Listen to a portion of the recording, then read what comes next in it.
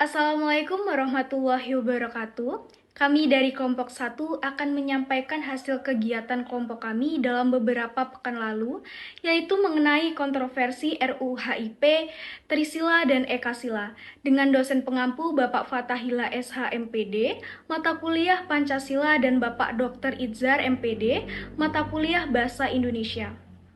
Sebelum masuk ke topik pembahasan, perkenalkan saya Angela Putri dengan NIM 202240640557 dan beberapa rekan saya ada Mita Anggraini dengan NIM 202240640552, Vivi Alia Dahya dengan NIM 202240640560, Nurul Fauzia dengan NIM 20224064056062, Syifa Urohma dengan NIM 202240640577, Pindra Alfitra dengan NIM 202240640591, dan Aulia Al-Fahri dengan NIM 202240640588.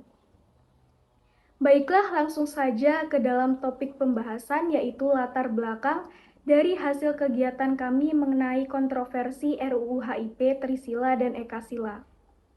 Pancasila merupakan dasar negara dan falsafah hidup bangsa Indonesia yang harus dijaga kemurniannya.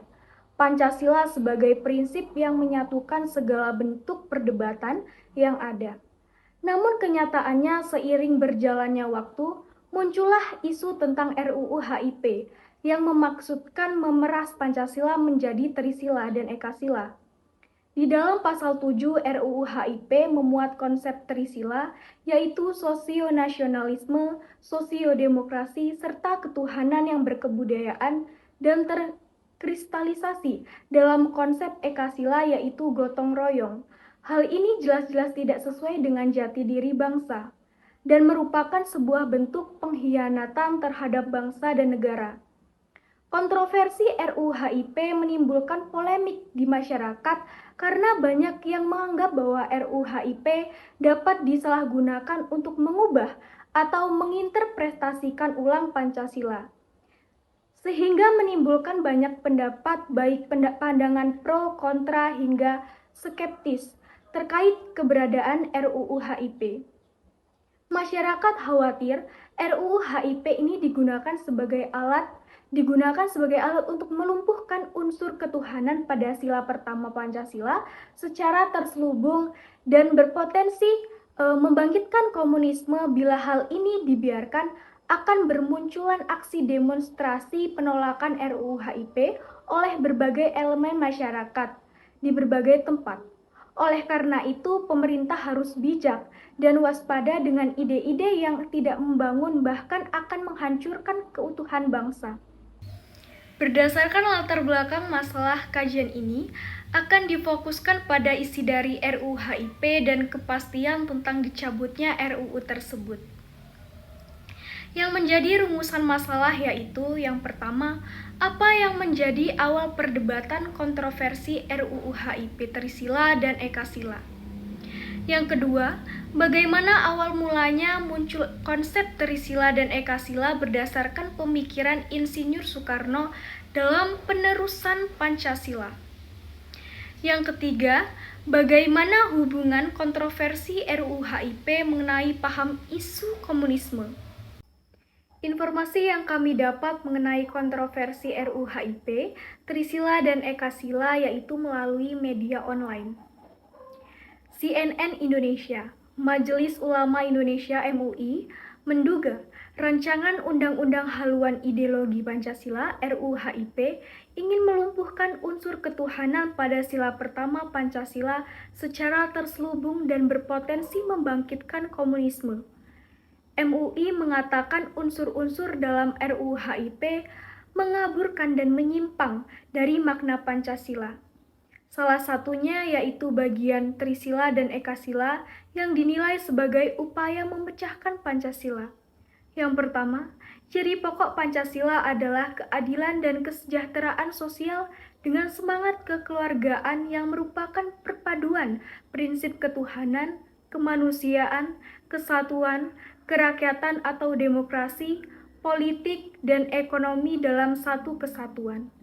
Yang kedua, ciri pokok Pancasila berupa trisila, yaitu sosionasionalisme, sosiodemokrasi, serta ketuhanan yang berkebudayaan. Yang ketiga, trisila sebagaimana dimaksud pada ayat 2 terkristalisasi dalam ekasila yaitu gotong royong.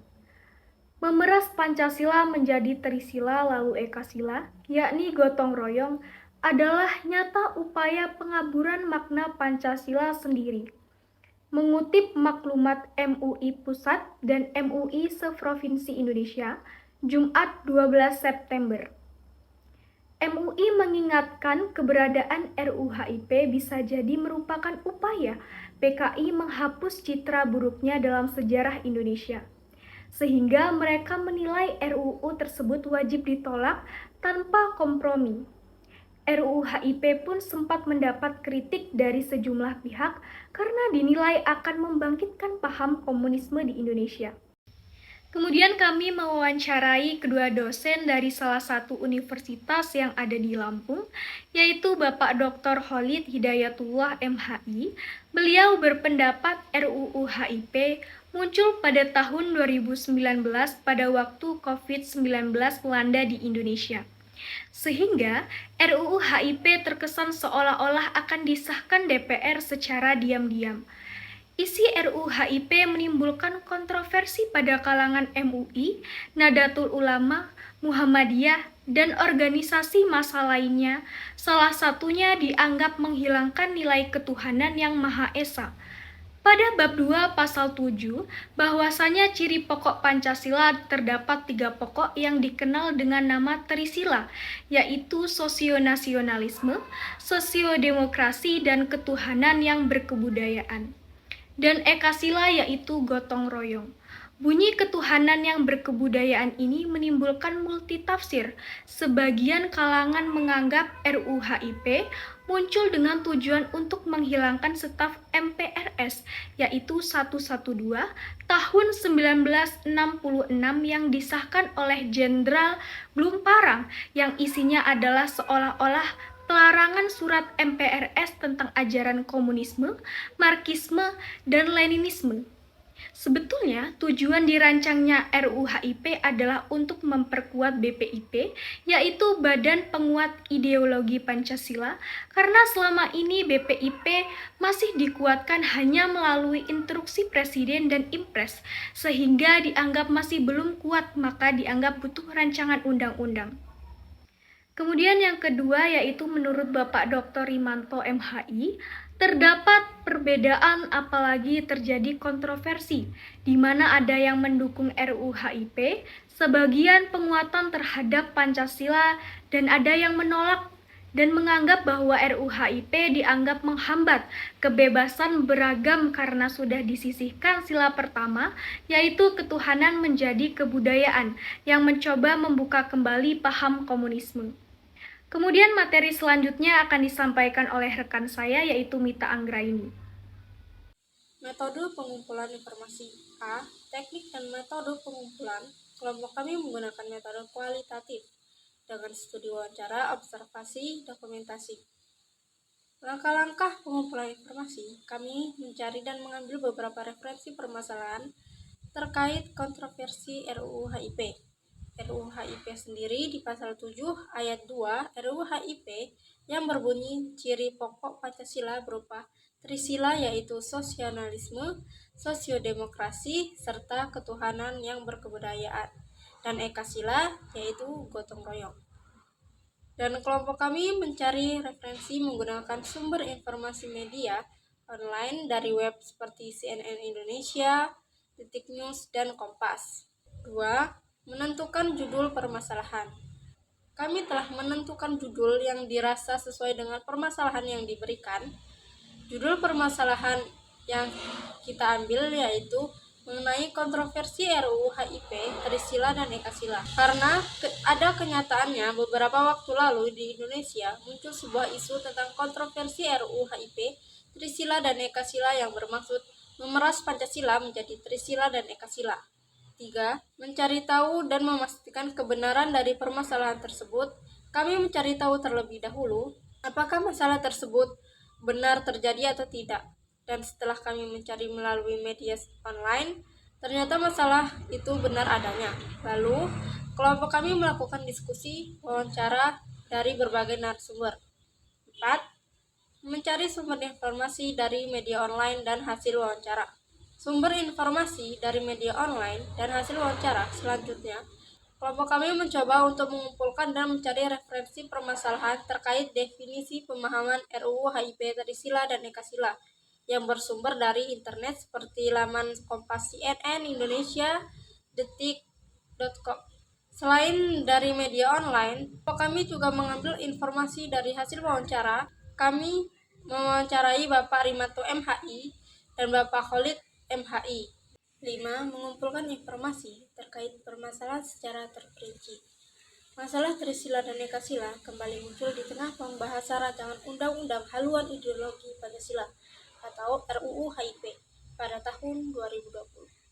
Trisila tiga sila sendiri terdiri atas nasionalisme, demokrasi, dan ketuhanan adalah perasaan dari Pancasila 5 sila. 6. Mengidentifikasi masalah. Kami bertanya oleh dosen mengenai apa yang belum paham terkait materi RUU HIP Trisila dan Ekasila.